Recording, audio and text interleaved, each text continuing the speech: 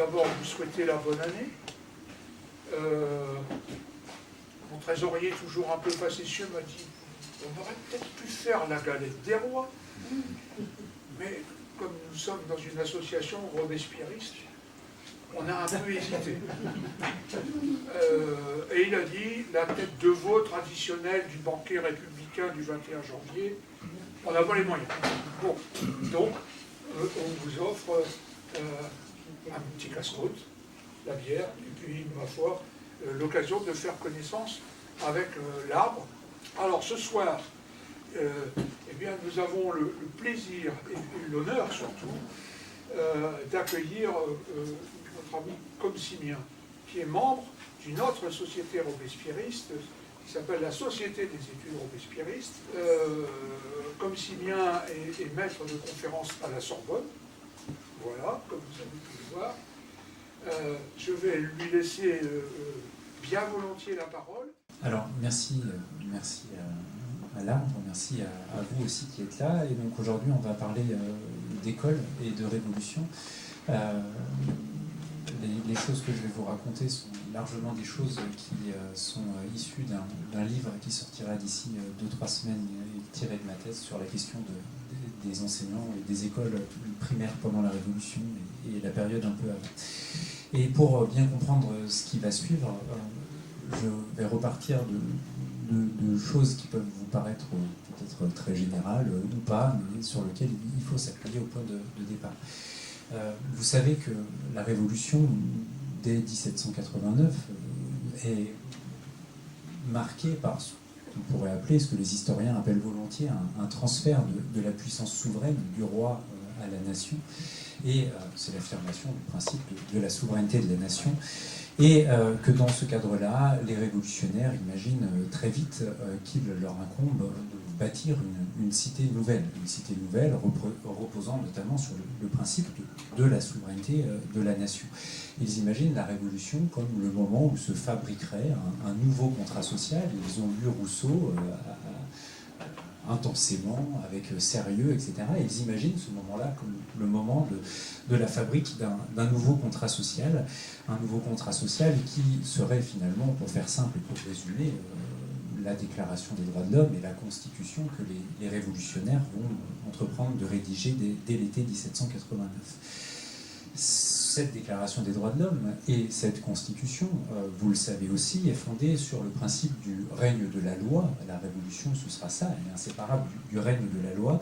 Une loi qui doit permettre à chacun de faire usage du droit contre l'arbitraire, notamment. Mais vous le savez aussi, et c'est là-dessus que je veux prendre appui pour la suite, c'est que la cité nouvelle que les hommes de la Révolution imaginent bâtir, cette cité nouvelle fait des hommes, précisément, des citoyens, de tous les hommes, des citoyens, c'est-à-dire, pour les révolutionnaires, des membres du souverain populaire. Être citoyen, c'est être membre du souverain populaire, c'est être également conscient de l'unité de destin qui lierait tous les membres de ce souverain populaire, et un citoyen, c'est aussi celui qui partage avec les autres l'idée qu'il existerait une communauté politique indépendante des intérêts particuliers et dont il faut respecter les règles de fonctionnement, tout simplement. Cela aussi, d'une certaine manière, est hérité en partie, pas que, mais en partie, notamment de leur lecture de Jean-Jacques Rousseau. Le contrat social, le nouveau contrat social que les révolutionnaires veulent bâtir, eh bien, suppose, selon les révolutionnaires, des individus pourvus de ce que Rousseau appelait cette seconde nature. La seconde nature, c'est celle qui revient à l'homme social dès lors qu'il accepte d'entrer dans le pacte qui fait de lui un citoyen. C'est quoi cette seconde nature? C'est quoi être citoyen pour les révolutionnaires? Eh bien, c'est d'abord et avant tout jouir des lumières de la raison, des lumières qui vous permettront de participer aux décisions collectives, qui vous permettront de partager l'exercice des responsabilités dans la cité nouvelle, qui repose sur le principe de la souveraineté de la nation, partager l'exercice de responsabilité, choisir librement ses gouvernants, etc. Et pour cela, il fallait pouvoir disposer de lumière. Il fallait donc, si je me résume, à la cité nouvelle, pour qu'elle puisse fonctionner selon les révolutionnaires, des hommes qui seraient des individus autonomes, qui seraient des personnes libres, mais des personnes égales en droit également à tous les autres membres du corps civique, des personnes qui seraient émancipées de toutes les tutelles traditionnelles, qui seraient émancipées des préjugés également, des personnes qui seraient capables de faire un libre usage de leur raison, des personnes également et évidemment qui approuveraient, qui partageraient les principes nouveaux sur lesquels la cité révolutionnaire entend se bâtir. Or, il se trouve que pour les révolutionnaires, ça, c'est tout l'opposé de ce que sont les sujets légués par l'Ancien Régime. Les révolutionnaires ont le sentiment que l'Ancien Régime leur a légué des personnes qui seraient marquées par les préjugés, seraient marquées par une cascade de dominations diverses et variées. Ils sont nombreux à le dire, je ne vais pas tous les citer, mais à reprendre cette idée que le despotisme avait tout corrompu, que le despotisme correspondait à la tour de Babel, qu'il y avait une multiplicité de peuples. C'est la célèbre formule de Mirabeau qui dira en 1790 qu'avant la Révolution, la France n'était qu'une agrégation inconstituée de peuples désunis. Or ça pose quand même problème aux révolutionnaires, puisqu'ils entendent bâtir les temps nouveaux sur le principe d'une nation souveraine et non pas sur une agrégation inconstituée de peuples désunis. L'idée, au fond, c'est donc qu'il va falloir, pour reprendre là encore un mot de Mirabeau, plein de formules passées à la postérité. Mirabeau reprend cette formule, mais qui résume la pensée de bien d'autres révolutionnaires, c'est l'idée que la Révolution aurait ouvert une sorte d'intervalle immense entre finalement la cité nouvelle telle qu'elle devrait fonctionner, avec la Déclaration des droits, la Constitution, avec son besoin de citoyens, et la situation léguée par l'Ancien Régime. Donc il y a un intervalle immense qui se serait ouvert, et il reviendrait à la Révolution d'essayer de le combler, cet intervalle immense entre la situation léguée par l'Ancien Régime et la situation dont la Révolution aurait besoin pour faire son œuvre. Pour le dire, là aussi, encore avec des mots d'autres révolutionnaires, au fond, les révolutionnaires ont l'idée très vite, dès les premières années de la Révolution, qu'ils reviendraient à la Révolution de faire la nation, après que la nation ait fait la Révolution. C'est des choses qu'on revoit dans leur rhétorique. Mais la question, c'est comment faire ? Comment peut-on faire pour défaire les sujets d'Ancien Régime qu'on imagine marqués par tout un tas de dominations, de préjugés, par une forme d'imperfection dans la capacité d'user de sa raison, etc. Et comment faire à partir de ces sujets d'Ancien Régime, les citoyens dont la cité nouvelle aurait besoin. Comment faire, autrement dire, pour combler l'intervalle immense entre la situation léguée par l'Ancien Régime et les hommes et les femmes dont auraient besoin les temps nouveaux. Les révolutionnaires ont une réponse. Ils ont une réponse, et c'est le thème puissant, très puissant même, qui va traverser toute la période révolutionnaire, qui est une des grandes marques de la période révolutionnaire, c'est celui de la régénération de la société et des individus. L'idée qu'il sera possible de régénérer les individus et la société, c'est-à-dire précisément de faire des citoyens à la place des sujets de l'Ancien Régime. L'heure serait venue et il serait possible de défaire les sujets et de faire des citoyens. Alors comment ? Comment ? Parce que la tâche est quand même compliquée et elle est quand même ardue. Eh bien, les révolutionnaires ont lu les Lumières. Ils ont lu les Lumières avec attention. Je vous ai déjà parlé de leur lecture de Rousseau. Ils n'ont évidemment pas que lu Rousseau. Ils ont lu les Lumières. À bien des égards, ils sont héritiers d'un certain nombre d'idées formulées par les Lumières qui vont leur permettre d'estimer, de penser qu'il est possible de régénérer les individus et de régénérer la société pour pouvoir bâtir cette cité nouvelle qu'ils appellent de leur vœu. En particulier, ils vont puiser à deux héritages des Lumières, les révolutionnaires. Le premier héritage, c'est l'idée de perfectibilité, l'idée que les hommes sont perfectibles. L'idée de perfectibilité, on la voit apparaître au milieu du XVIIIe siècle chez les Lumières, l'homme est perfectible. Bien des révolutionnaires reprendront cette idée-là, parmi d'autres, et parmi ceux qui se sont intéressés à l'école, Condorcet est largement aussi partie prenante de cette idée que les hommes sont perfectibles. Le second héritage des Lumières, qui est très puissant chez les révolutionnaires, eh bien, ils vont l'emprunter à cette espèce de grand élan pédagogique qui a traversé la pensée des Lumières dans la seconde moitié du XVIIIe siècle et qui est marquée par cette idée centrale que il y a une forme de toute puissance du pouvoir pédagogique.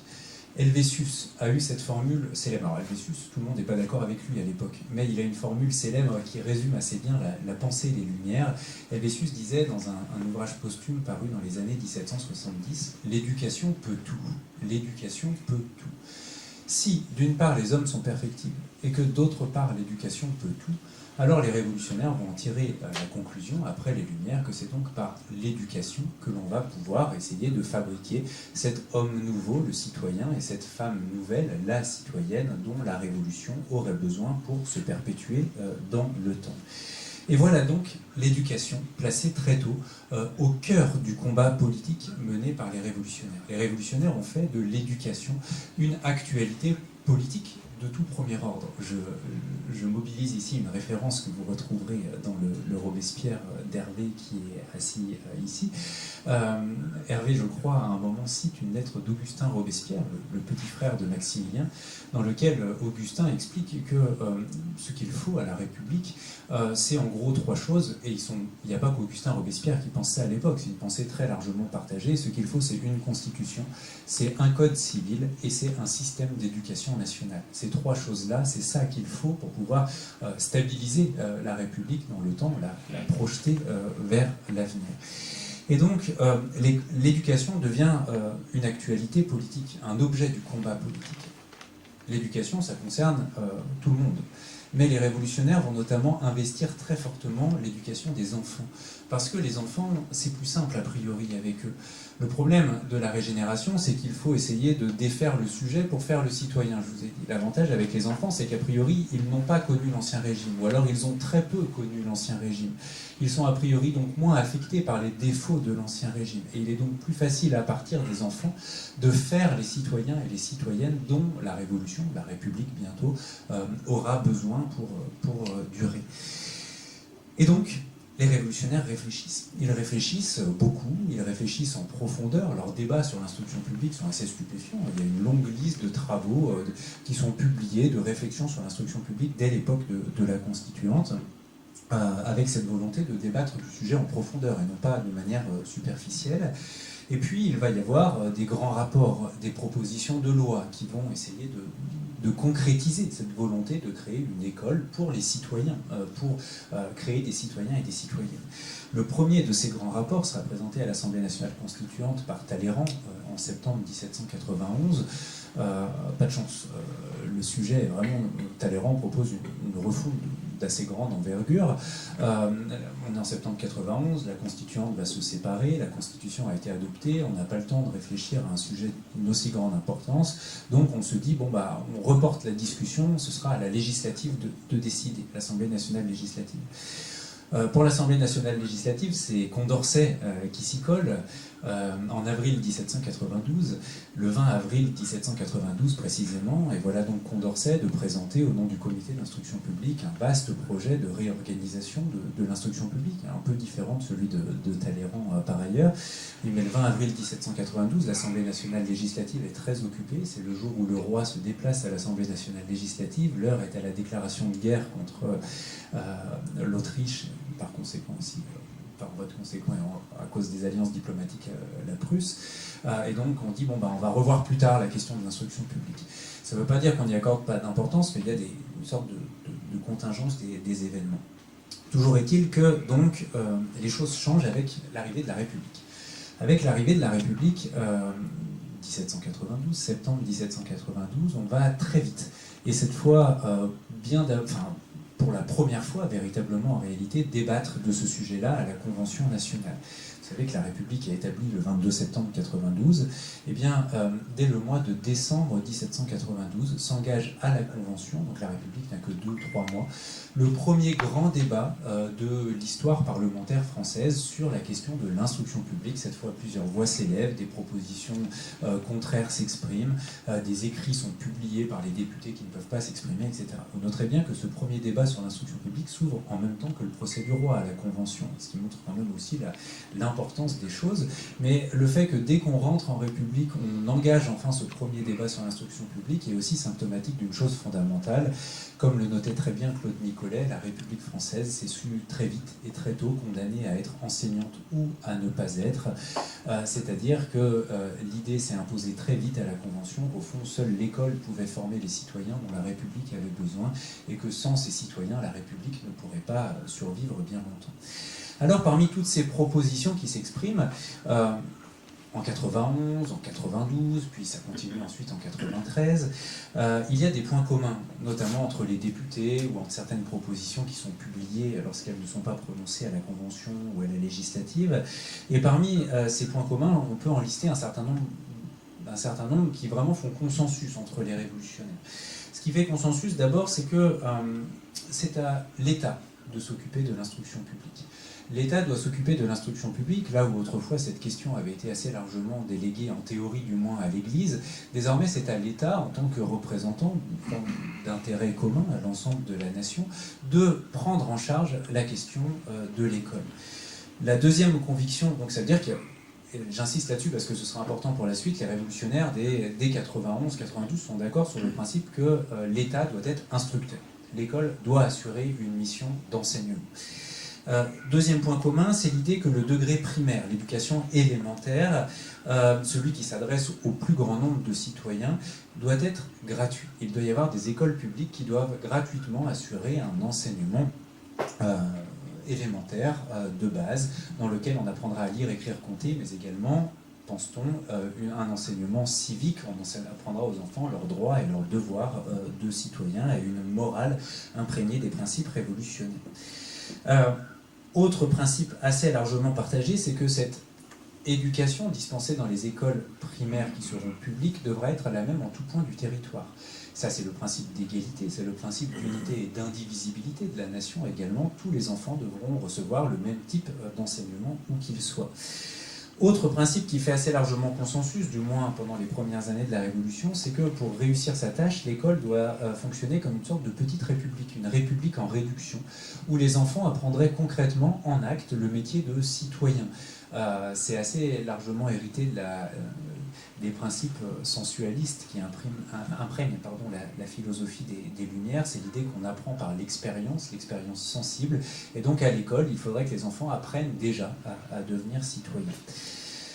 Mais il y a aussi des points de désaccord entre les révolutionnaires. Et ces points de désaccord sont tellement puissants en réalité qu'ils vont longtemps freiner l'adoption, enfin, de cette organisation de l'instruction publique rêvée par les révolutionnaires.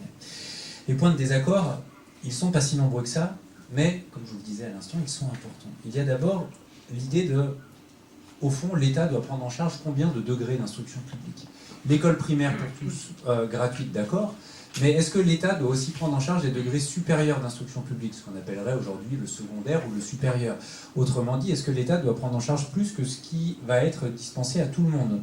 Est-ce que l'État doit également prendre en charge une formation qui, par nécessité, ne va plus concerner tout le monde et qui risque petit à petit de ne concerner plus que les franges supérieures de la société?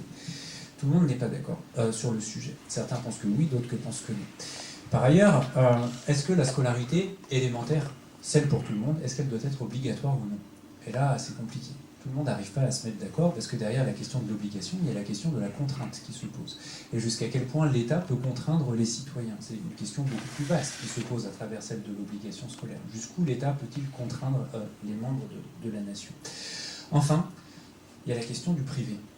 Est-ce qu'on va autoriser ou non, à côté des écoles publiques, l'existence d'écoles privées? Et là aussi, tout le monde n'est pas d'accord. Et moi, c'est par cette question du rapport public-privé que je vous propose de repartir, parce que c'est cette question-là qui a été centrale et qui a guidé mon travail dans le livre qui va paraître ces jours-ci. C'est donc de là que je vous propose de repartir, parce qu'au fond, c'est la Révolution qui invente ce dualisme scolaire public-privé, l'existence d'écoles publiques et en même temps l'existence d'écoles privées. Alors, je vous propose de repartir de là, et je vous propose de commencer par la conclusion, comme ça on est sûr de la dire au moins. Et la conclusion sera la suivante.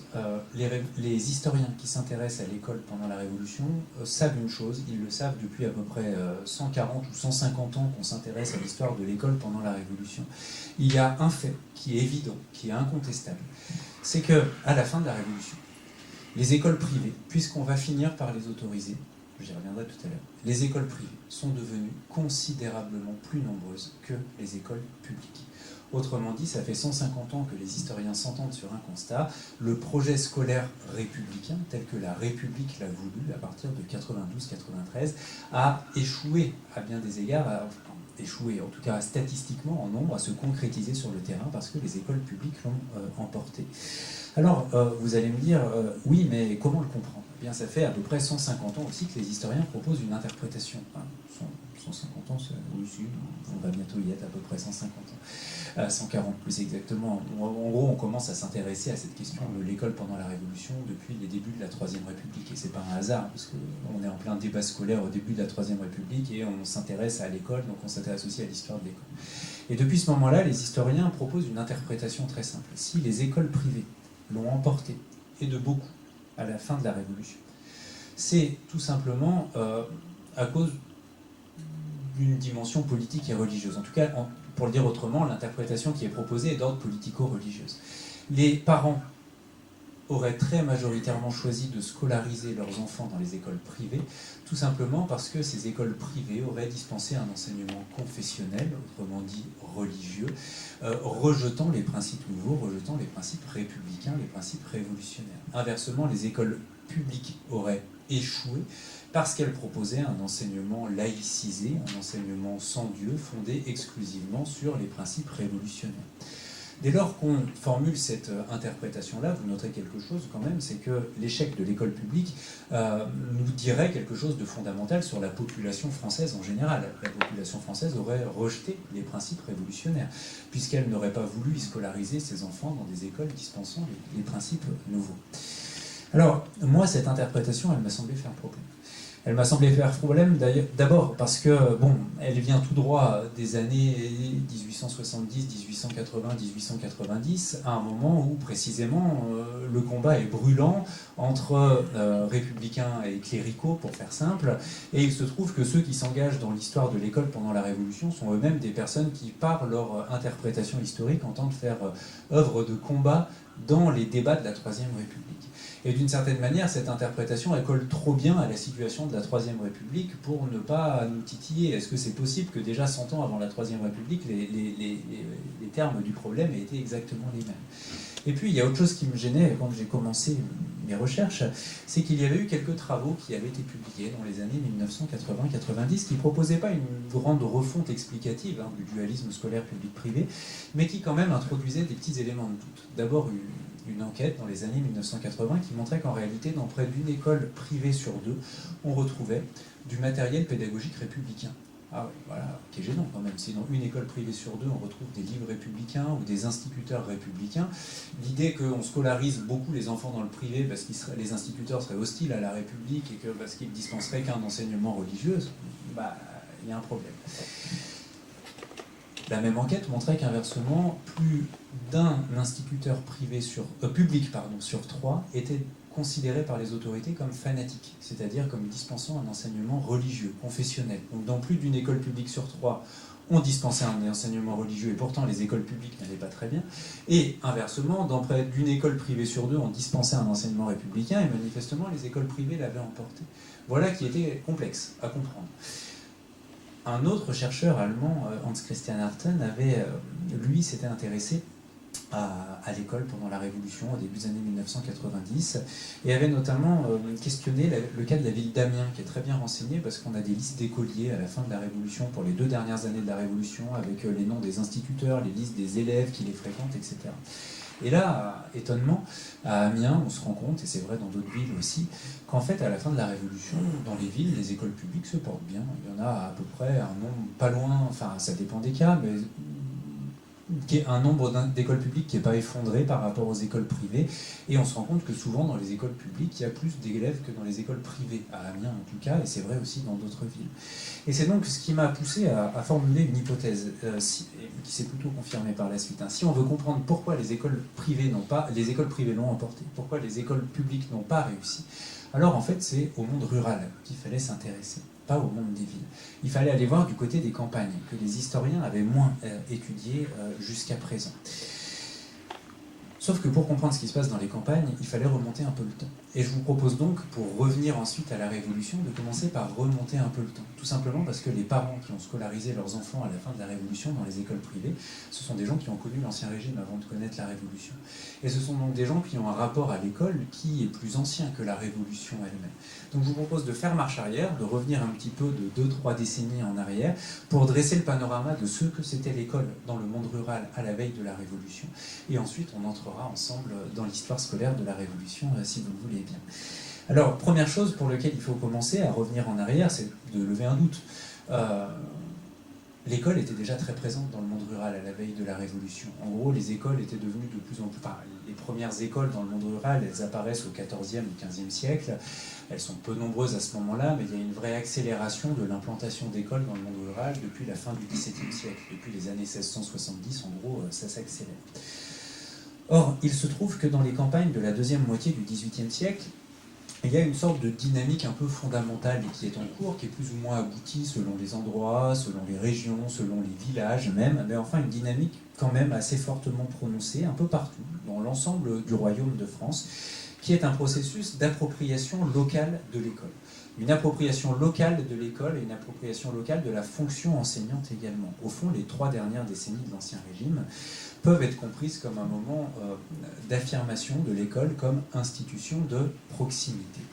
Et ça n'allait pas vraiment de soi, dans la mesure où, au XVIIIe siècle, il y a au moins 2 types d'autorités extérieures au village qui revendiquent une forme de tutelle sur les écoles qui existent dans les campagnes. Ces 2 types d'autorités extérieures au village qui revendiquent une tutelle sur les écoles, c'est l'épiscopat, donc l'Église catholique, les évêques, depuis les années 1730, rédigent de plus en plus de règlements intérieurs pour les écoles, qui sont extrêmement minutieux, qui prétendent prendre en charge complètement l'école et ce qu'on appelle la petite école à l'époque. Les évêques prétendent également avoir seuls le droit de donner l'autorisation au village de recruter un enseignant. L'idée que les évêques devraient également inspecter les maîtres d'école, alors lors des visites qu'ils font dans les paroisses, mais également au moment du recrutement. En gros, quelqu'un qui veut devenir maître d'école devrait normalement être préalablement inspecté par le pouvoir épiscopal. Donc il y a une prétention de l'Église catholique, à travers la personne des évêques, d'exercer un pouvoir de tutelle sur l'école. C'est l'évêque qui doit autoriser à recruter, qui doit autoriser à destituer également, et c'est lui normalement qui doit régler l'organisation des écoles, qui sera la même organisation dans tout le diocèse. Les intendants, c'est la même chose. Les intendants, c'est le représentant du pouvoir royal. Les intendants, eux, ils veulent contrôler également le recrutement, tout simplement parce qu'un maître d'école, ça implique des dépenses locales et qu'eux, ils sont très vigilants à la question des dépenses locales. Donc, en droit, les villages n'ont pas d'autorité éminente sur leur école. À vrai dire, ni la législation royale ni la législation épiscopale ne reconnaît de droit explicite aux communautés rurales sur leur école. Or, en dépit de ces prétentions de l'Église et de ces prétentions de l'État, les maîtres d'école de la fin de l'Ancien Régime se laissent d'abord définir par leur très profonde insertion dans le tissu des affaires locales. Ça veut dire quoi, ça ? Ça veut dire quoi ? Eh bien, ça veut dire tout d'abord qu'en réalité, les maîtres d'école sont recrutés en assemblée générale des habitants. À la fin de la messe, le dimanche, lorsqu'on a besoin de recruter un maître d'école, l'ensemble des habitants, alors des habitants hommes principalement, se rassemblent pour choisir leur maître d'école. Et ils le font généralement sans avoir demandé l'autorisation ni de l'évêque, ni de l'intendant, ni du seigneur. Ce village qui s'assemble pour choisir son maître d'école décide aussi collectivement de rémunérer ce maître d'école. De rémunérer ce maître d'école, c'est-à-dire, le cas le plus fréquent, c'est de lever une imposition locale. Les villageois décident de s'imposer eux-mêmes pour financer la présence d'un maître d'école, payer son salaire, si vous voulez. Tout le monde, pas seulement les parents d'élèves, tous les habitants participant à une imposition locale pour pouvoir rémunérer la présence d'un maître d'école. Ces maîtres d'école, les contrats de recrutement que les communautés rurales passent avec eux, permettent de les définir, si vous voulez, comme une sorte de créature du village. Il est choisi par le village en assemblée générale, il est rémunéré par le village, c'est le village qui, dans la pratique aussi, décide généralement de son renvoi lorsqu'il y a lieu. Et ce ce maître d'école qui apparaît comme une sorte de créature de la communauté qui les emploie, a d'abord pour fonction de servir cette communauté qui les emploie. Le terme de service, c'est celui qui est utilisé dans les contrats de recrutement. On attend du maître d'école qu'il serve la communauté qu'il a engagée. Et ce service-là, eh bien, il est fondamentalement protéiforme. On attend du maître d'école, à la veille de la Révolution, pendant les 2-3 décennies qui précèdent la Révolution, qu'il soit certes enseignant, après tout, il est maître d'école, mais on attend également de lui qu'il soit chantre à l'église lors des cérémonies religieuses, qu'il soit bedeau et sacristain, qu'il s'occupe donc d'assister le curé lors des cérémonies religieuses, mais également qu'il entretienne le lieu de culte, qu'il fasse le ménage, le rangement, qu'il s'occupe du linge, etc. On attend de lui qu'il soit le sonneur des cloches au village, c'est lui qui sonne les cloches dans le village. On attend de lui qu'il remonte l'horloge publique lorsqu'il y a une horloge sur le clocher, c'est lui qui doit s'en occuper. Notamment, on attend de lui qu'il soit arpenteur également, c'est-à-dire qu'il arpente les terres collectives, communes et communaux, ou bien les terres des habitants du village. Entre autres choses, on attend de lui également qu'il soit le secrétaire greffier de la communauté. Bien avant les instituteurs secrétaires de mairie de la Troisième République, c'est déjà ce qu'on attend des maîtres d'école à la fin de l'Ancien Régime. Et cette pluriactivité-là, elle peut nous paraître déroutante, au fond, elle est très facilement explicable. Les communautés rurales n'ont pas les moyens de payer des personnes qui soient spécialisées pour chacune de ces fonctions. Et en même temps, elles accordent trop d'importance à chacune de ces fonctions pour s'en passer. Alors elles font quoi? Eh bien, elles rémunèrent quelqu'un qui va pouvoir les accomplir tout en même temps.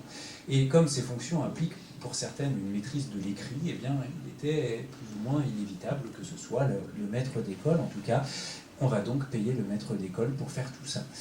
C'est aussi pour ça que tous les habitants payent le maître d'école, parce qu'il rend des services, pas que à l'école, mais il rend bien des services pour tous les habitants. Notez bien que ces fonctions ont une conséquence fondamentale.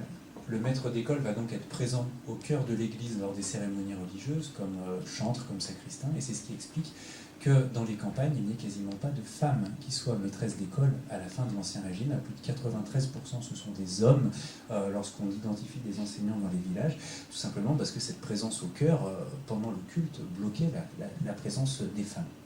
Cette pluriactivité fondamentale là, de la fonction de maître d'école, on la retrouve en dessous d'un seuil démographique qui est très prononcé, en gros en dessous de 2000 habitants. C'est en dessous de 2000 habitants qu'on retrouve les maîtres d'école qui font tout ça. Au-dessus de 2000 habitants, en revanche, les communautés commencent à avoir des moyens suffisants pour payer un personnel spécialisé, et les maîtres d'école ne sont donc plus que maîtres d'école, se recentrent sur l'enseignement. Mais notez bien une chose, c'est qu'en dessous donc de 2000 habitants, une seule personne, le maître d'école, accomplit toutes ces fonctions, qui sont des fonctions qui ne sont pas si disparates que ça. Ce sont des fonctions qui en réalité sont toutes liées entre elles par un point fondamental, et ce sont des fonctions qui permettent de rendre possible les manifestations de la vie collective villageoise. Ce sont donc des fonctions qui permettent de dire l'existence du groupe villageois. Prenons la fonction de sonneur de cloche. Le sonneur des cloches, c'est celui qui rythme et qui sacralise les jours travaillés comme les jours fériés. Je vous renvoie aux travaux d'Alain Corbin qui a travaillé sur la sonnerie des cloches villageoises. C'est lui qui sonne 3 fois par jour l'angélus qui rythme la journée du travail.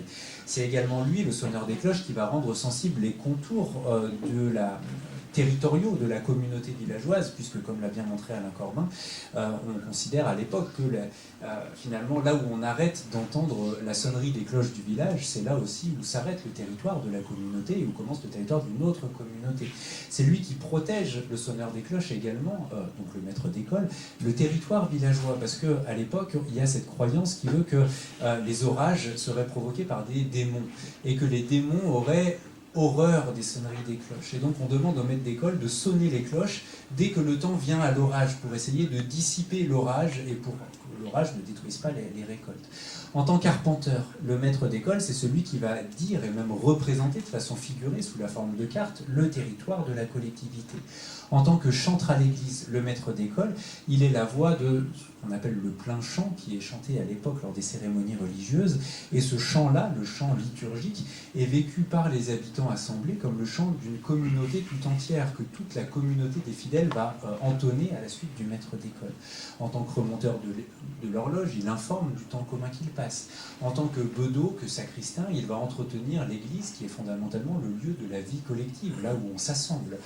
Enfin, les maîtres d'école ce sont également les vecteurs de la mémoire locale. Ce sont eux qui, très souvent, vont signer avec le curé les registres de baptême, de mariage et de sépulture qui rythment la vie de chacun.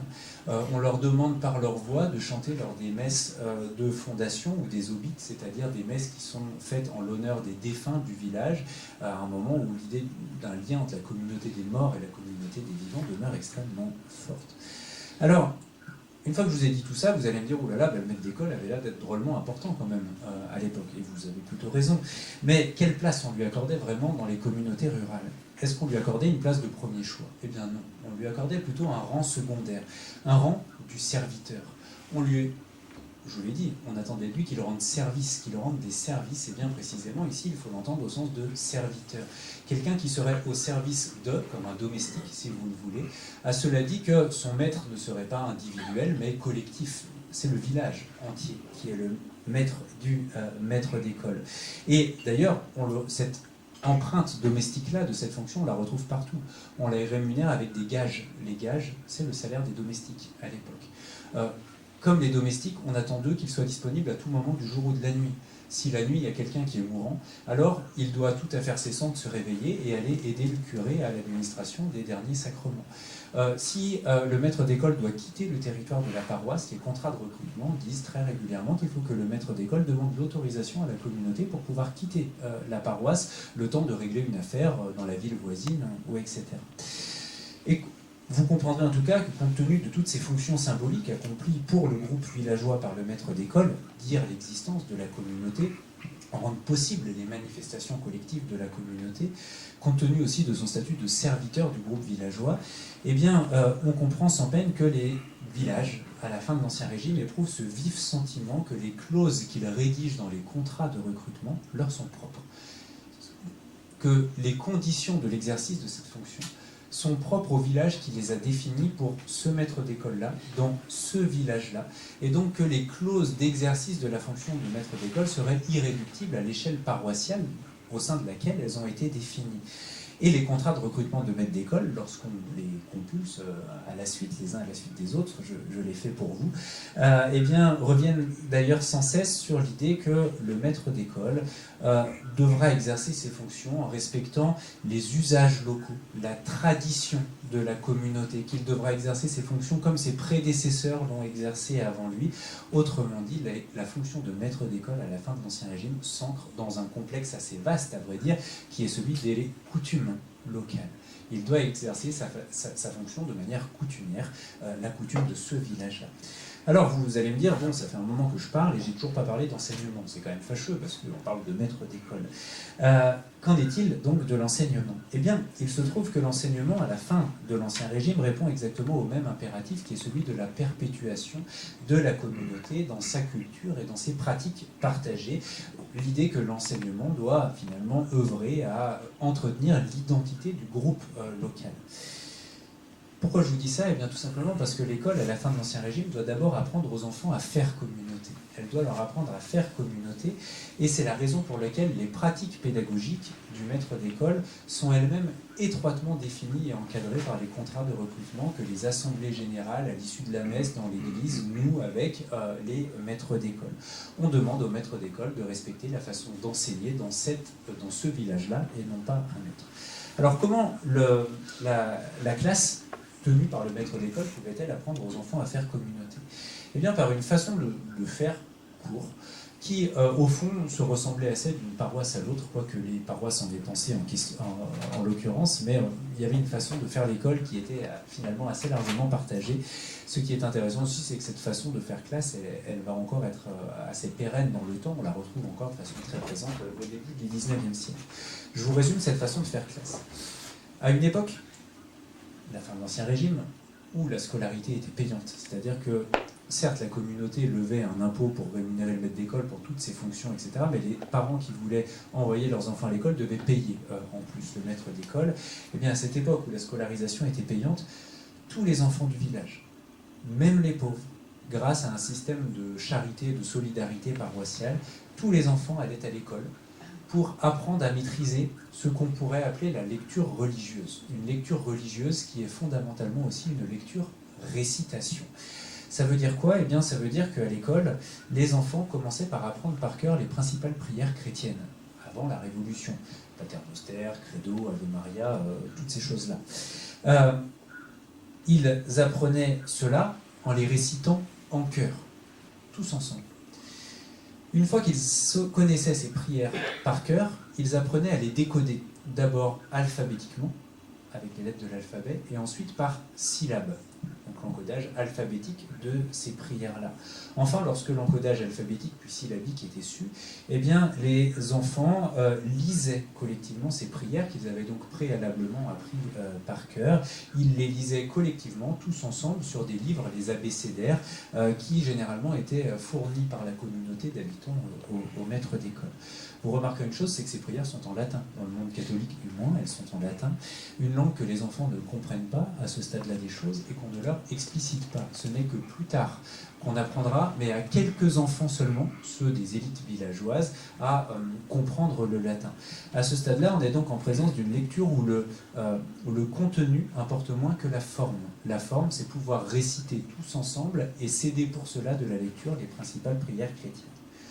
L'école pour tous au village s'arrêtera là, à la fin de l'Ancien Régime. Je dis que tout le monde, tous les enfants du village allaient à ce stade-là de l'école grâce à un système de solidarité paroissiale, mais une fois que cette lecture-récitation est acquise, eh bien les enfants pauvres quittent l'école. Ils quittent l'école, le système de solidarité paroissiale, grosso modo, s'arrête là, et seuls les enfants des classes moyennes et supérieures du village eh bien, vont rester. Vont rester pour acquérir quoi? D'autres savoirs. À commencer par la lecture-compréhension, c'est-à-dire un stade des apprentissages où on renoue la technique et le sens, où on apprend à lire sur des textes que l'on comprend, c'est-à-dire sur des textes écrits en langue vernaculaire. Ça peut être le français en certaines localités, parfois ça peut être des langues régionales, mais on apprend également ensuite l'écriture. Donc non seulement lire une langue que l'on comprend, la langue de la société, mais l'écriture et le calcul, qui sont des savoirs qui coûtent plus cher à l'époque que la lecture religieuse que je vous ai décrite, et que tout le monde ne peut donc pas se payer au village. Et c'est ce qui fait qu'il y a des personnes qui sont capables de lire tant bien que mal le latin des prières et qui ne sont pas capables de signer leurs actes de mariage ou leurs actes de décès, parce qu'ils n'ont pas été jusqu'à ce stade-là de leur scolarisation. Tout en haut du cursus scolaire, il y a quelques places d'enfants de chœur. Les enfants de chœur étant une institution à l'époque assurée par les maîtres d'école eux-mêmes, sont les maîtres d'école qui s'occupent des enfants de chœur. Ce qu'il faut noter ici, c'est que ce sont les élites villageoises qui essayent de monopoliser ces places d'enfants de chœur, tout simplement parce qu'elles permettent à leurs enfants, au moment des cérémonies religieuses, quand toute la communauté villageoise est là, d'avoir leur propre progéniture au cœur de l'église avec le vêtement liturgique, etc., et que ça les distingue. Alors pourquoi est-ce que cette façon de faire classe répondait à l'exigence d'apprendre aux enfants à faire communauté? Eh bien tout simplement parce qu'elle découlait directement de l'exigence de préparer la future intégration des enfants dans la communauté. L'intégration des enfants dans la communauté, elle était actée par le rite de la communion à l'époque. Or, être intégré à la communauté impliquait que les enfants soient capables de se joindre au cœur villageois, qu'ils soient capables de se joindre au cœur villageois dans les temps de communion collective, lorsque le groupe intégré par l'enfant déclame à l'unisson une même litanie religieuse, de même prière, et que à ce moment-là, eh bien, le groupe se vit dans une communauté d'imagination et une communauté d'émotion également. Tout le monde dit les mêmes mots au même moment, avec les mêmes gestes, etc. C'est le moment de la grand-messe, des fêtes des saints et toutes ces choses-là. Il était donc essentiel que l'enfant, pour être intégré à la communauté, sache maîtriser les fondements de la culture partagée par les villageois, c'est-à-dire les principales prières chrétiennes, pour se joindre au groupe villageois au moment où celui-ci se vit le plus comme un corps organique, pourrait-on dire. Il fallait donc que les enfants soient capables de dire les prières exactement et sans variante. Et qu'a fait l'école, sinon les préparer à cela, tous les enfants de la communauté exactement. L'école les aura préparés à cela, en leur ayant appris à réciter tous ensemble ces prières-là, en leur ayant appris également à céder de la lecture pour pouvoir prononcer sans faute et sans variante ces principales prières. Et c'est bien pour ça que la charge financière de cette lecture religieuse est prise en charge par le groupe pour que tous les enfants du village puissent y aller. Donc le maître d'école est invité à être localement une sorte d'agent fondamental d'un savoir minimum, d'une culture partagée qui, vous le voyez, en cette veille de révolution, est largement une culture d'inspiration chrétienne, manifestement. Mais en restreignant ensuite au stade suivant l'accès des plus humbles au savoir élémentaire, l'écriture, le calcul, etc., la façon prescrite au maître de faire classe n'en a pas moins vocation à perpétuer la communauté telle que cette communauté se perçoit elle-même.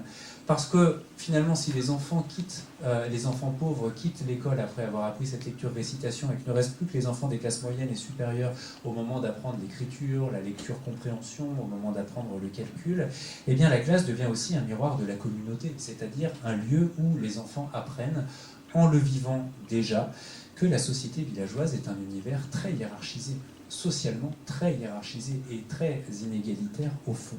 Certains enfants restent, d'autres s'en vont, et ceux qui s'en vont, ce sont d'abord les plus pauvres. Et notez que l'école contribue d'autant plus à entretenir cette hiérarchie villageoise que les savoirs enseignés à ce stade qui n'est plus offert à tout le monde, des apprentissages, ce sont des savoirs socialement utiles. Il n'y a plus de... peut-être plus de bateau. Donc il faut parler un peu plus chaud. Ce sont des savoirs socialement utiles parce que écrire, compter, c'est ce qui va vous permettre plus tard de nouer des contrats, de souscrire des prêts à intérêt, c'est ce qui va vous permettre de tenir vos comptes ou toutes ces choses-là. Ok, d'accord. Ça remarche. Et que précisément, c'est aussi ce qui va permettre eh bien, aux catégories supérieures du village de mener leurs affaires, d'entretenir des réseaux de clientèle et tout ça. Donc, si vous voulez, à la veille de la Révolution, l'école a une fonction collective de perpétuation du groupe qui est quand même très éloignée de l'idée moderne qui va apparaître en fait avec la Révolution et les Lumières avant la Révolution d'une émancipation possible des individus par le savoir. C'est pas du tout l'idée en cette veille de Révolution.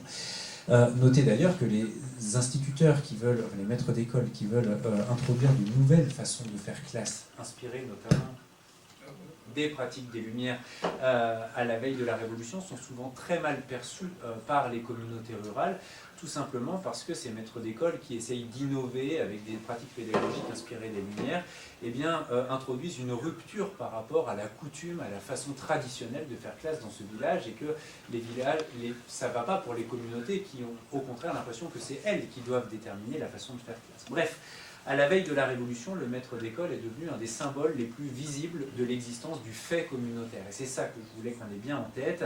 Un des symboles les plus visibles du fait communautaire, de sa vitalité, de son existence, de sa perpétuation dans le temps. Et un des symboles les plus visibles de ça, c'est quoi? Eh bien, c'est tout simplement cet effort que l'on voit monter dans les 2 dernières décennies de l'Ancien Régime des communautés rurales pour construire au centre du village, au plus près possible de l'église ou du presbytère, des maisons d'école. Un siècle avant les maisons, les écoles mairies de Jules Ferry, si vous voulez, les communautés rurales commencent à construire. Ça atteint 20-30% dans certaines provinces, des maisons d'école qui ressemblent assez au presbytère d'ailleurs à l'époque, qu'on place au cœur géographique de la communauté, près de l'église, près du presbytère, qui sont des maisons qui sont la propriété du groupe villageois, qui sont payés par le groupe villageois, qui demande lui-même, parce qu'il n'y a aucune autorité extérieure qui le demande, mais à s'endetter sur plusieurs années pour pouvoir acheter ou construire ces maisons-là. Et ces maisons d'école-là, ce sont aussi dans ces maisons-là, lorsqu'elles sont construites, que désormais la communauté se réunira. Et c'est notamment dans de très nombreuses maisons d'école construites au cours de ces 10, 20, 30 années avant la Révolution que les assemblées villageoises vont se réunir au début mars 89 pour rédiger leur cahier de doléances au début de la Révolution.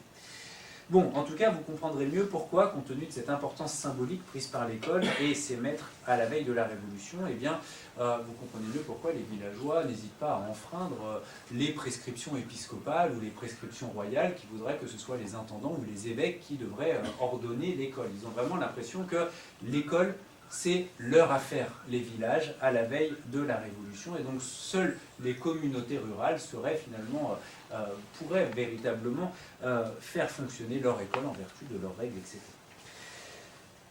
Et puis la Révolution arrive, 1789, qui change complètement le sens. On a commencé par là tout à l'heure, le sens de l'instruction primaire, ce que ça va être de faire cours, ce que ça va être l'école. Désormais, il faudra former des citoyens. C'est ça que demande la Révolution et les révolutionnaires.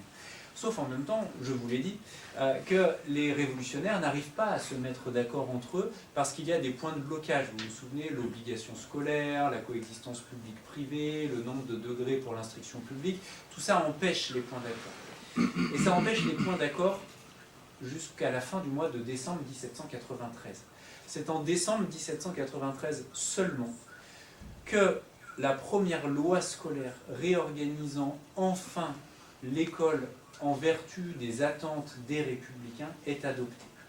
Elle est adoptée, c'est la loi qui s'appelle la loi Bouquier, elle est adoptée à l'initiative d'un conventionnel montagnard qui s'appelle Bouquier. Elle est adoptée avec le concours et le soutien et sans doute même l'initiative du comité de salut public à ce moment-là. Elle convient à peu près à tout le monde, elle permet de faire consensus à un moment qui est très particulier, on sort de cette vague déchristianisatrice qui a marqué l'automne 93, elle convient aux députés de la Plaine, elle convient aux sans-culottes, elle convient à peu près à tout le monde et elle est adoptée à ce moment-là, enfin. Sauf que décembre 93, on est 5 rentrées scolaires après le début de la Révolution. Et que pendant ce temps-là, des choses se sont passées sur le terrain. Les écoles n'ont pas disparu.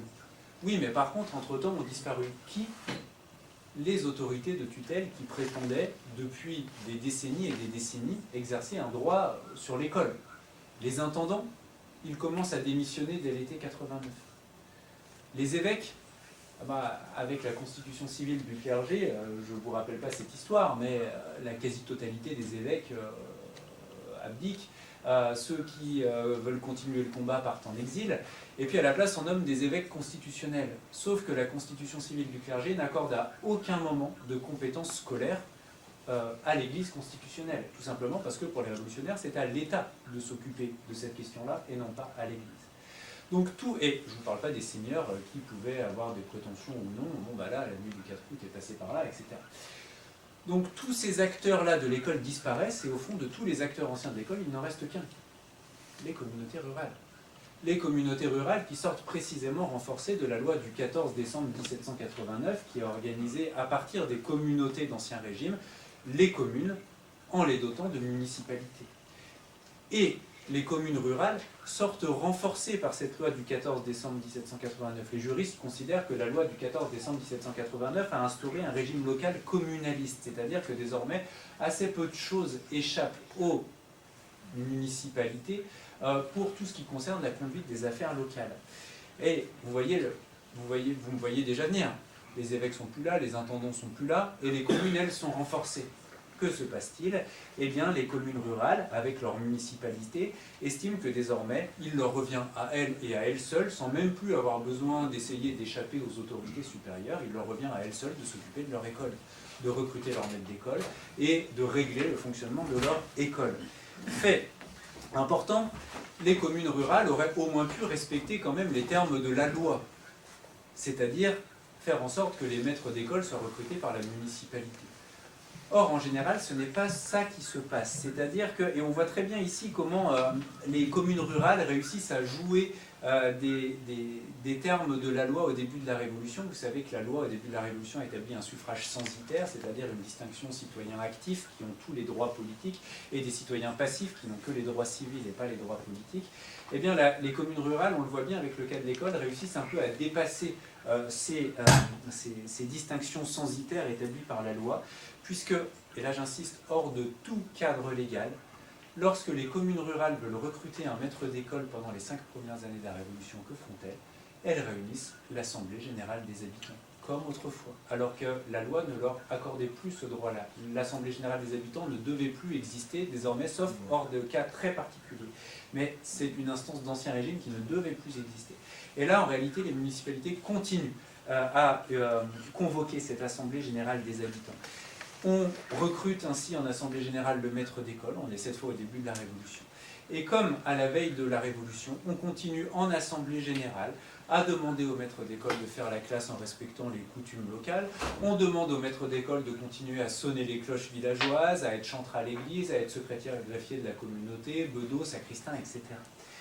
Si on s'en tient donc à notre observatoire scolaire, puisque c'est de là qu'on parle ce soir, ce qu'on voit donc, c'est que le très large degré d'autonomie administrative conféré par les révolutionnaires aux municipalités a surtout eu pour effet moins la survivance que l'épanouissement des traditions collectives locales au début de la Révolution.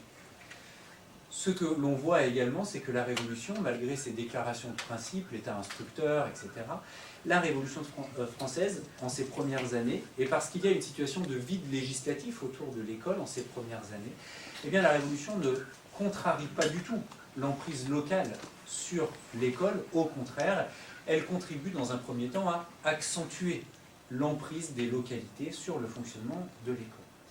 Et puis voilà que la première loi scolaire arrive.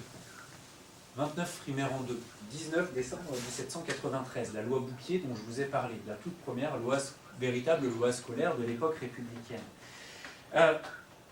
Cette loi, elle est adoptée fin 93, elle commence à être appliquée au printemps 94 seulement. Elle entre en vigueur le 15 germinal en 2, très précisément, au paroxysme de ce qu'il est de tradition d'appeler la terreur. C'est à ce moment-là, d'accord, dans ce contexte-là, qu'elle entre en vigueur. Et cette loi, eh bien, ne va pas fondamentalement changer la donne. Et même, on pourrait dire tout au contraire. Et pourtant, cette toute première loi scolaire, la loi Bouquier de Frimaire en 2, fait de toutes les écoles, sans exception, des écoles publiques. À ce stade-là, il n'y a pas d'école privée. Désormais, toutes les écoles seront des écoles publiques.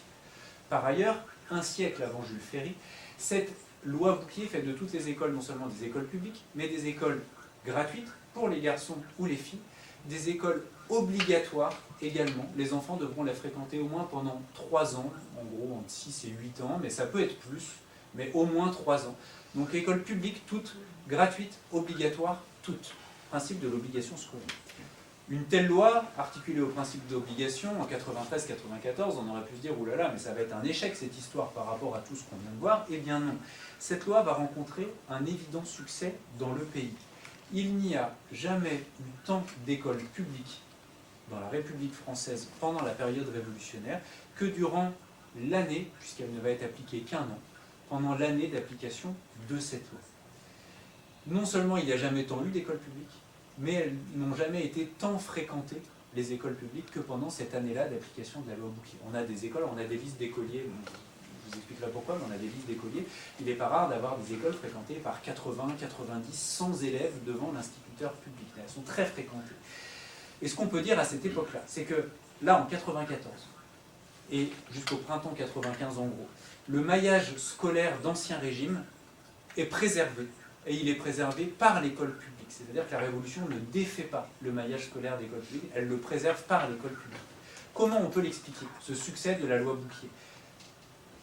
Première hypothèse, par l'adhésion des parents au programme scolaire de cette école publique de la loi Bouquier.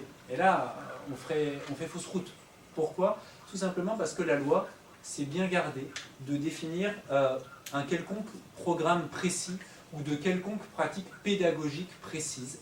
La loi a laissé aux instituteurs la question de définir leur pratique pédagogique et les contenus qu'ils enseigneront, à condition évidemment que ce ne soit pas le royalisme, hein, parce que là, voilà, mais à condition, à partir du moment où on respecte les valeurs républicaines, qu'on n'est pas hostile à la République, on n'a pas défini très précisément ce que les enseignants allaient devoir enseigner. Donc manifestement, les parents n'ont pas adhéré à un projet, à un programme précis parce qu'on ne l'a pas précisé. C'est d'ailleurs parce qu'on ne l'a pas précisé que c'était aussi acceptable par tout le monde, cette loi à l'époque.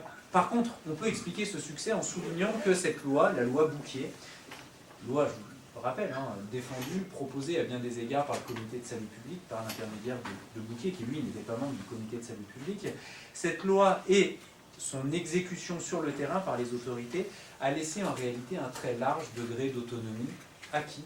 Eh bien, aux localités, dans l'application de la loi. Je vous explique la chose. Normalement, cette loi disait que, normalement, en fait, et elle est vraiment très particulière, cette loi, toutes les écoles seraient publiques, mais en même temps, le principe fondamental, ce serait celui de la liberté d'enseignement. Ça veut dire que toutes les écoles étaient publiques, mais n'importe qui pouvait devenir instituteur librement, moyennant la simple production d'un certificat de civisme et l'enregistrement auprès des autorités. Ensuite, eh bien, aux instituteurs de se débrouiller avec les parents, dans un principe de libre négociation. Si les parents veulent scolariser leurs enfants dans votre école à vous, ils le scolarisent là. S'ils veulent scolariser dans une autre école, ils le scolarisent ailleurs. L'important, c'est que les enfants soient scolarisés. Donc une idée de libre négociation, une logique très libérale dans ce fonctionnement-là, si vous voulez.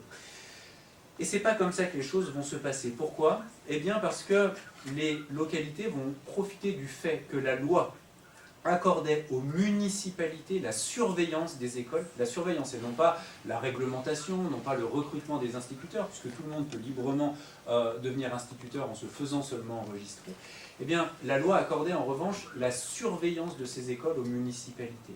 Et les localités vont prendre appui là-dessus pour moduler la loi Bouquier dans ses applications locales, afin de faire quoi? Eh bien afin de glisser dans cette école publique-là, l'école de 94-95, eh bien, tous leurs usages collectifs de l'école, dans cette école qui est la première école publique de l'histoire de la République française.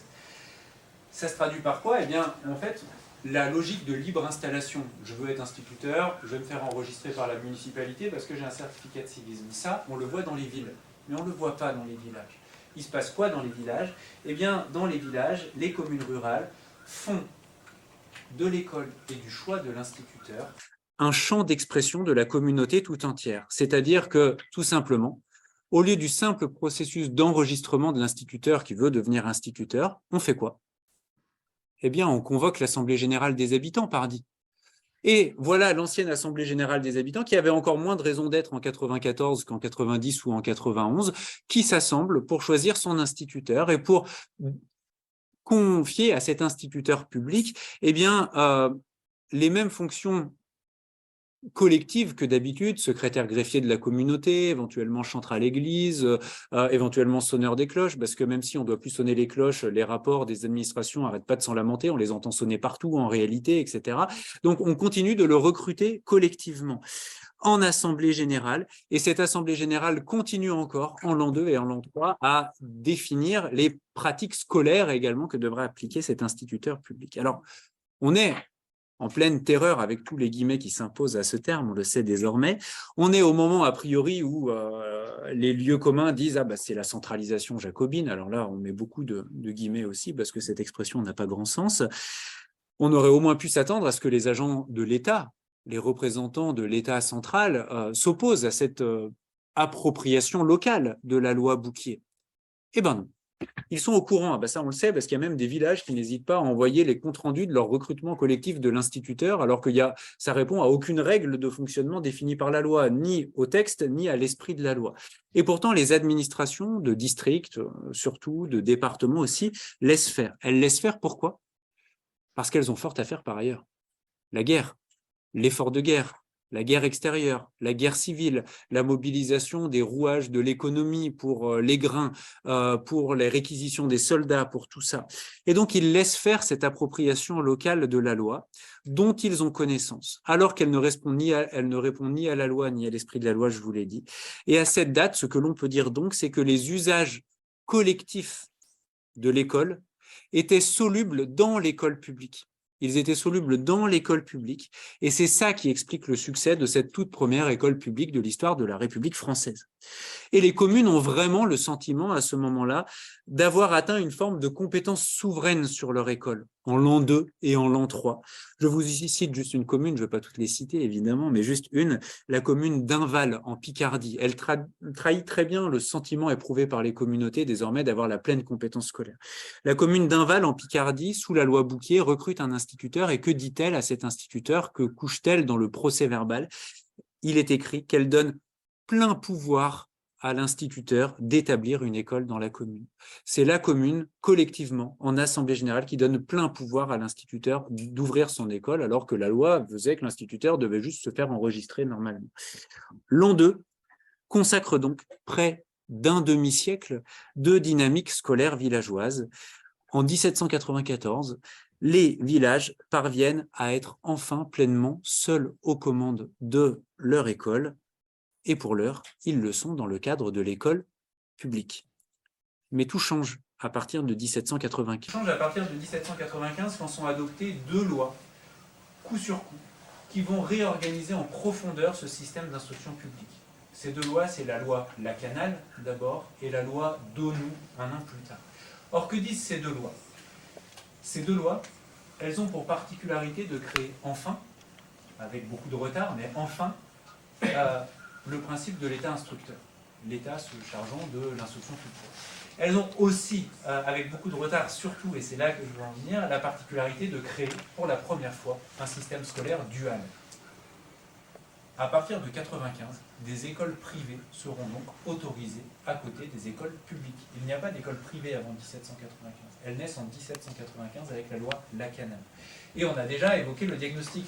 Dès ce moment-là, les écoles privées triomphent sur les écoles publiques. Comment le comprendre? Comment l'expliquer?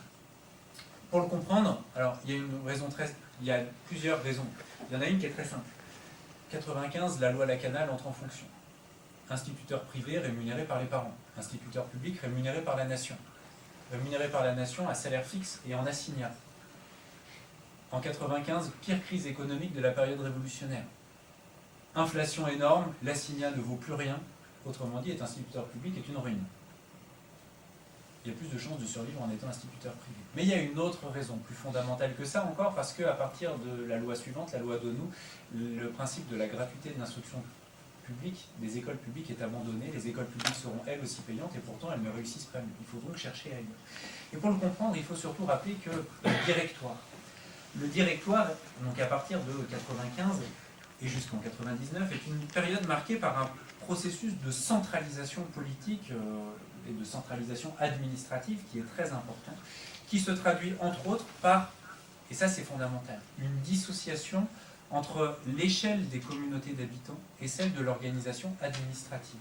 Le directoire supprime les municipalités communales et il crée à la place des municipalités de canton. Au lieu des 44 000 municipalités communales, il y aura désormais moins de 10 000 municipalités cantonales. On est donc dans une période de dépérissement du pouvoir municipal pour les communes rurales, alors que ces communes sont très attachées au principe de leur auto-administration, de leur auto-gouvernement. Et cette évolution-là, vous le devinez, elle est très mal acceptée par les communautés rurales.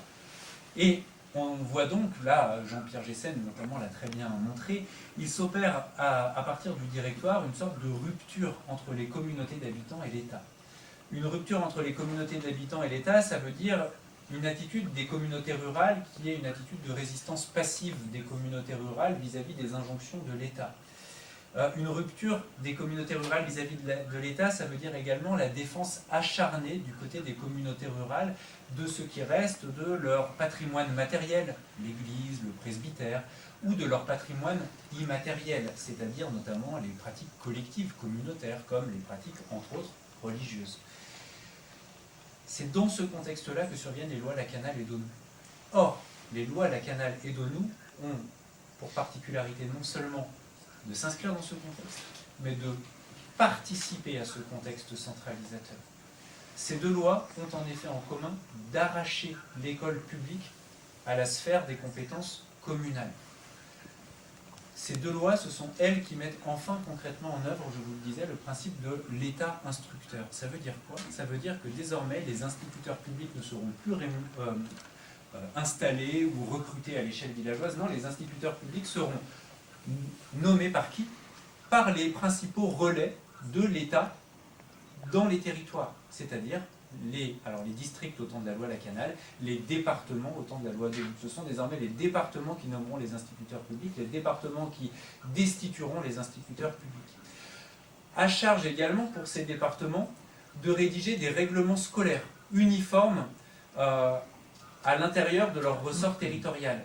Désormais, c'est donc à une échelle beaucoup plus large que le village qu'on va définir l'heure d'ouverture de l'école, l'heure de fermeture de l'école, l'heure des vacances de l'école, les savoirs qui seront enseignés à l'école, etc., etc.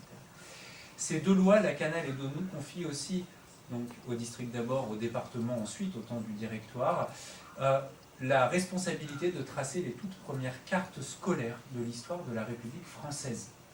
Et ces cartes scolaires, on ne les tracera pas sur la base, dit la loi, de les communes qui avaient une école en auront encore une. Non. Le principe qui s'impose est un principe rationnel et démographique. Désormais, il y aura une école pour 1000 habitants. Il y a bien des villages qui font moins de 1000 habitants. Alors que faire? Eh bien, on les regroupe, comme aujourd'hui. On les regroupe jusqu'à atteindre 1000 habitants pour déclencher le seuil démographique suffisant pour avoir une école. Et oui, mais à ce jeu-là, vous avez soit des communes qui ont obtenu une école par la carte scolaire, mais qui se verront peut-être imposer un instituteur public nommé par le département alors qu'elles ne l'auront pas choisi, soit en vertu d'une mesure de carte scolaire, comme on dirait aujourd'hui, vous êtes une communauté rurale qui se trouve privée d'écoles publiques par une décision administrative sur laquelle vous avez eu aucune prise. Et il se trouve que c'est plus de 50% des communes rurales qui se trouvent ainsi exclues par le jeu des cartes scolaires de toute possibilité même d'avoir une école publique. Oui, mais sauf qu'en même temps, la loi a autorisé les écoles privées. Et que font les communes rurales? Eh bien, elles investissent directement les écoles privées. Mais l'école privée, ce n'est pas une infraction à la loi. C'est juste une application de la loi. Un investissement par les communes d'un dispositif légal contre un autre. La loi vous a soit imposé un instituteur que vous ne vouliez pas, soit elle vous a privé d'instituteur, bah vous faites quoi? Vous utilisez un autre terme de la même loi pour avoir quand même une école chez vous. Et on le peut d'autant plus qu'au départ, plein de confiance, les législateurs n'ont strictement rien prévu pour le contrôle des écoles privées. Rien dit de la manière dont s'installera un instituteur privé, rien dit de la manière dont un instituteur privé sera contrôlé ou pas contrôlé. Et donc aussitôt les villages font quoi? Eh bien ils se tournent vers ces écoles privées-là comme d'un moyen de perpétuer leurs usages collectifs de l'école. Et que voit-on? Eh bien on voit des communautés qui, vous vous en souvenez, hein, pour la plupart elles n'ont plus du tout de municipalité désormais. Eh bien elles font quoi? Elles s'assemblent en assemblée générale des habitants. Elles recrutent avec tous les habitants et pas seulement les parents d'élèves un instituteur privé.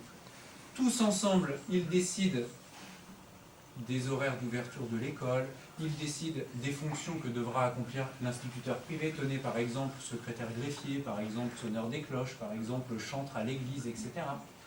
Et tous ensemble également, ils décident de rémunérer l'instituteur privé, en levant quoi? Un impôt local, qui est symbole même d'existence. Une imposition locale est symbole même de l'existence du groupe local. L'école privée, à la fin de la Révolution, celle qui triomphe de l'école publique, au fond c'est quoi? C'est une institution publique, mais d'échelle communale. C'est ça d'abord l'école privée qui l'emporte. Et autour du choix de l'instituteur privé, les communes retrouvent ainsi temporairement, maintenant qu'elles n'ont plus de municipalité, elles retrouvent temporairement une fonction délibérative, une expression collective, la possibilité de faire des choix politiques qui concernent la communauté. Et en somme, donc par l'école privée, les communes réussissent à se perpétuer dans l'informel institutionnel qui leur est désormais imposé par le directoire. Ce qu'il faut donc dire pour terminer ce panorama, avant de parler un tout petit peu de comment on fait la classe là-dedans quand même, c'est que la Révolution française a donc très fortement renforcé l'emprise communale sur l'école, malgré ses déclarations de principe sur l'État instructeur. Elle a renforcé l'emprise locale sur l'école, d'abord dans le cadre de l'école publique en l'an 2 et en l'an 3, ensuite dans le cadre de l'école privée sous le directoire. Mais notez bien que l'école du directoire, au fond, elle ressemble quand même beaucoup plus à l'école de l'an 2 qu'à l'école de l'Ancien Régime. Elle ressemble beaucoup plus à l'école publique de l'an 2 qu'à l'école de l'Ancien Régime, tout simplement parce qu'il n'y a plus besoin de se soucier des intendants, des évêques, etc. Elle ressemble aussi beaucoup plus à l'école publique de l'an 2 qu'à l'école de l'Ancien Régime, parce que, je vous l'ai dit, dans plus d'une école privée sur deux, on retrouve la trace de matériel pédagogique républicain ou de convictions républicaines, tout simplement. Alors justement, comment on fait classe dans ces écoles-là? Et j'essaie de terminer rapidement. Eh bien, cette emprise locale sur l'école, ce que je voudrais que vous compreniez, c'est que ça ne veut certainement pas dire, parce que les communautés contrôlent plus étroitement leur école à la fin de la Révolution qu'au début, ça ne veut certainement pas dire en revanche que les idées contre-révolutionnaires y ont été dominantes. Il se trouve que des instituteurs, publics ou privés, ont essayé de dispenser, y compris dans les écoles privées, un enseignement qui serait révolutionnaire et républicain. Ça consiste en quoi? Ça consiste en quelque chose qu'on peut lister rapidement. Utilisation, par exemple, de la Déclaration des droits de l'homme et du citoyen à la place des livres religieux. On sait aussi que tout un tas d'instituteurs publics ou privés, alors surtout en l'an 2, donc plutôt des instituteurs publics, mais on retrouve quand même des traces de tout ça aussi plus tard, y compris chez les instituteurs privés, ont essayé de faire de leur classe une sorte de petite république, comme l'espéraient les législateurs, où les enfants pourraient faire l'expérience de la République. En l'an 2, on a des instituteurs qui organisent des petits clubs jacobins pour leurs élèves. Et ils emmènent leurs enfants, enfin ils organisent pour eux dans la classe un petit club jacobin où on délibère, où il y a un président, un secrétaire, etc. Il y a des instituteurs qui emmènent leurs élèves devant le club jacobin du village également, pour qu'ils prononcent des discours ou pour qu'ils écoutent, tout simplement. On apprend aux enfants des chansons révolutionnaires également. Celle qu'on retrouve le plus partout, dès qu'il y a des enfants qui chantent avec leurs instituteurs, c'est la Marseillaise à l'époque. Il y a d'autres chants, souvent ce sont des chants assez martiaux, tout simplement parce que le modèle qui culmine à ce moment-là de la citoyenneté, c'est le modèle du citoyen soldat, qui doit se mobiliser pour défendre la République et la patrie, les armes à la main. D'ailleurs, en l'an 2, toujours pour rester vers l'an 2, il y a des instituteurs qui organisent de petits bataillons avec leurs élèves, qui font des exercices militaires avec des fusils en bois, des évolutions militaires, des choses pour apprendre le métier de citoyen soldat. Évidemment, les instituteurs amènent aussi leurs enfants aux fêtes civiques lorsqu'ils essayent de pratiquer un enseignement républicain et révolutionnaire. Dans certaines écoles, on interdit aux enfants d'utiliser le patois pour utiliser le français, qui est la langue de la République et la langue de la loi. Dans certaines écoles, on oblige les enfants à utiliser le tutoiement, comme chez les sans-culottes, comme d'ailleurs aussi chez les députés au-delà des sans-culottes, symbole d'égalité, de fraternité, etc. Et le but, c'est bien de faire vivre et de faire aimer la Révolution à ces enfants, de susciter une sorte de passion enfantine pour la République.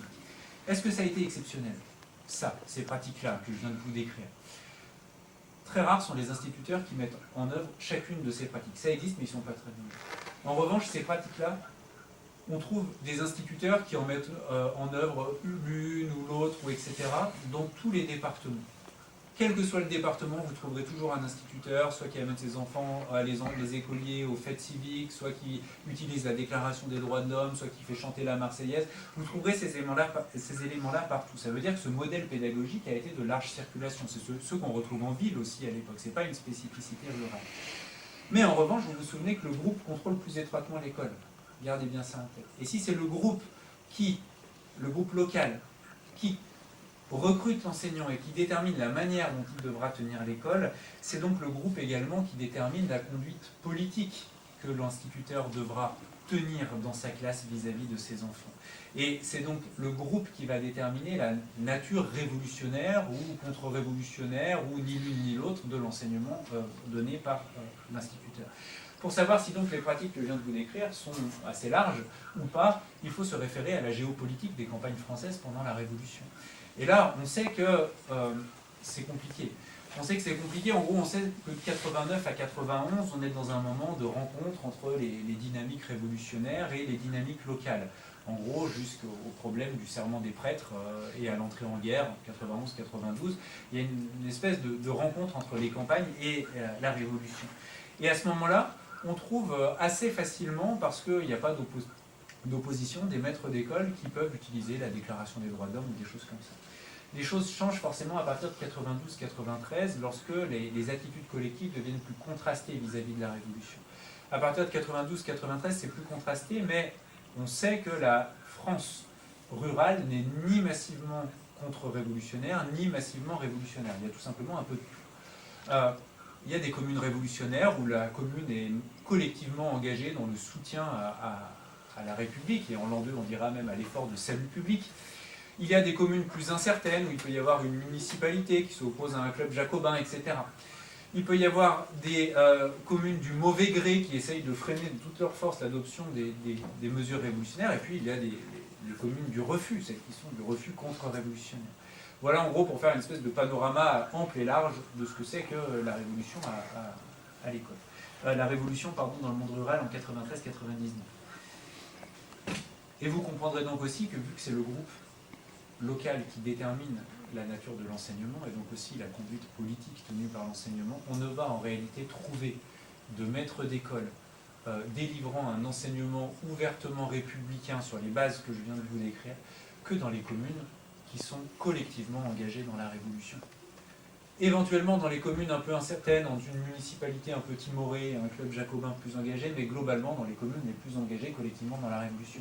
C'est pas un hasard si très souvent quand on voit des instituteurs qui font chanter leurs enfants, ou qui les font défiler avec des fusils en bois, ou qui organisent un petit club jacobin, etc., on se rend compte que ces communes-là sont aussi des communes qui ont changé de nom, pour ne plus avoir trace des saints, de la royauté ou de la noblesse. Ça traduit quand même une forme d'engagement collectif dans le processus révolutionnaire.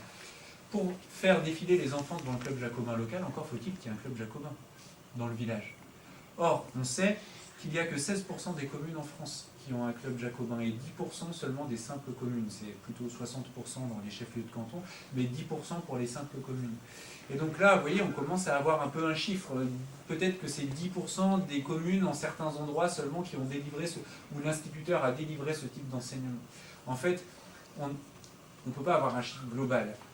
Mais d'un district à un autre, on peut réussir à mobiliser un chiffre, et ce qui semble, c'est que c'est souvent, on va dire, entre 10 et 30% à peu près des instituteurs qui déployaient ce type d'enseignement explicitement républicain au sens militant du terme. Si la commune est révolutionnaire, collectivement, et qu'elle a choisi l'école privée, parce qu'on ne lui en a pas accordé par carte scolaire, etc., la commune demandera à l'instituteur privé de faire ce type d'enseignement. D'accord ? Inversement, ce que je vous dis là veut donc aussi dire que l'enseignement ouvertement contre-révolutionnaire, on ne le trouve que dans les communes du refus contre-révolutionnaire. Parce que comme la commune contrôle assez largement son école, malheur à l'instituteur qui essaierait de délivrer un enseignement au contenu politique de celui voulu par la communauté rurale. Dans ce cas-là, vous n'avez pas le choix. À peine nommé, vous déguerpissez de votre gré, ou vous déguerpissez parfois façon musclée. Le village vous met dehors, littéralement. Ce que j'essaye aussi de vous dire, c'est donc que le moment n'était pas encore venu où l'école républicaine était suffisamment forte et solide pour que ces instituteurs puissent se comporter en missionnaires de la République dans des territoires qui seraient à convertir. Les instituteurs qui ont délivré un enseignement républicain l'ont très souvent fait dans des communes qui étaient déjà gagnées aux idées républicaines en réalité. Deux petites choses pour conclure. Je vous ai expliqué comment on faisait classe à la veille de la Révolution. On commençait à apprendre par cœur les prières chrétiennes en latin, puis ensuite on apprenait à les décoder alphabétiquement, puis syllabiquement, etc. Dans les communes qui ont fait le choix de la République, les livres religieux disparaissent. Parfois on fait même des autodafés, des livres religieux, des vies de saints, des évangiles, tout ça. Et dans ces communes-là, on voit quoi? On voit la Déclaration des droits de l'homme et du citoyen. Et la République va même imprimer des abécédaires qui sont faits exactement comme les anciens abécédaires religieux, mais vous avez des tableaux alphabétiques, des tableaux syllabiques, et à la fin vous avez quoi? Au lieu du paternoster, vous avez la Déclaration des droits de l'homme et du citoyen. Et c'est ça qu'on retrouve dans les communes républicaines. Ça veut dire quoi? Ça veut dire qu'en fait, on va avoir un transfert de pratiques plus qu'un bouleversement des pratiques. Dans les communes républicaines, on fait quoi? Eh bien, désormais, au lieu de faire apprendre le paternoster par cœur aux enfants avant qu'ils apprennent à le décoder, on leur fait apprendre par cœur la Déclaration des droits de l'homme et du citoyen. Les hommes naissent et demeurent libres et égaux en droit, les distinctions sociales ne peuvent être fondées que sur l'utilité commune, etc. Ils sont bien, il y a une certaine rythmique, les hommes naissent et demeurent libres et égaux en droit, ça s'apprend bien. Les historiens, on l'entend dire, ah bah oui, mais qu'est-ce que vous voulez que des enfants comprennent des choses comme ça? Ils ont 7 ou 8 ans, on leur fait apprendre par cœur. Ils en comprenaient sans doute pas grand-chose, et les révolutionnaires s'en plaignaient, mais est-ce qu'ils comprenaient autrefois parfaitement le paternoster? Non, on leur en expliquait pas le contenu. L'important était ailleurs, c'est qu'ils puissent apprendre collectivement un texte qui fonde la culture partagée du village, qui est désormais investi par la politique dans ces communes-là, pour ensuite pouvoir être capable de le décoder. Ça ne veut pas dire qu'ils n'en retireront rien. Anne-Marie Chartier appelle ça un savoir de réserve. Toute leur vie durant, ils ne vont pas cesser d'en découvrir le sens de ces paroles qu'ils ont appris par cœur ensuite. Ils en feront des choses très variées sans doute. C'est pas complètement perdu. Mais en tout cas, la Déclaration des droits de l'homme a pris la place des anciens textes religieux dans ces communes. Cela dit, le cas le plus fréquent, ce n'est pas les communes où on dispense un enseignement ouvertement royaliste et contre-révolutionnaire. Ce n'est pas les communes où on dispense un savoir exclusivement républicain. En fait, le cas qu'on retrouve très souvent, c'est une espèce de métissage du matériel pédagogique. Et c'est ça que constatent beaucoup de visiteurs des écoles publiques ou privées à la fin de la Révolution. C'est qu'ils entrent dans des salles de classe où on trouve à la fois les anciens livres de la foi chrétienne et les textes nouveaux de la République. Alors, ils s'en lamentent, mais en même temps, ça nous dit déjà quelque chose sur la diffusion des textes républicains, avec parfois des contretemps terribles, lorsque, sous le directoire, on arrive et que les enfants sont encore en train de lire la Déclaration des droits de 1793 avec son droit à l'insurrection. Il n'y a plus d'un commissaire du directoire qui s'étrangle un petit peu, mais en tout cas, ça veut aussi dire que les enfants sont venus avec ces textes-là à l'école, des textes que leurs parents possédaient, et ça nous dit donc aussi quelque chose de la diffusion de ces textes et des idées qu'ils impliquent forcément en partie dans les campagnes. Et désolé, j'étais un peu long. Merci.